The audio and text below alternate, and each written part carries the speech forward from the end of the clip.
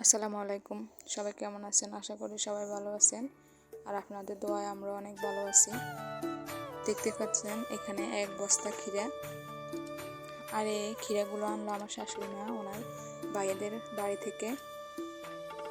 যাওয়ার সময় আমাদেরকে বলছিল যে আসার সময় আমাদের জন্য ক্ষীরা আনবে ওনাদের ক্ষেতের।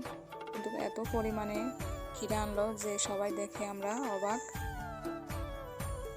আর এখানে মোট আছে 50 কেজি। ওনাকে নাকি আরও 50 কেজি দিতে চাইছিল। আর এতগুলো ক্ষীরা কে খাবে? আর ওখানে নাকি ক্ষীরার মন 400 টাকা, এত সস্তা। তাই আমি তো শুনে অবাক। তাই আর বাজারে বিক্রি করে না। আর এতগুলো ক্ষীরা দেখে সবার একটাই কাজ, বসে বসে ক্ষীরা খাওয়া। সবাই ভালো থাকবেন, সুস্থ থাকবেন। আজকের জন্য আমার ভিডিওটি শেষ করলাম। আল্লাহ হাফেজ।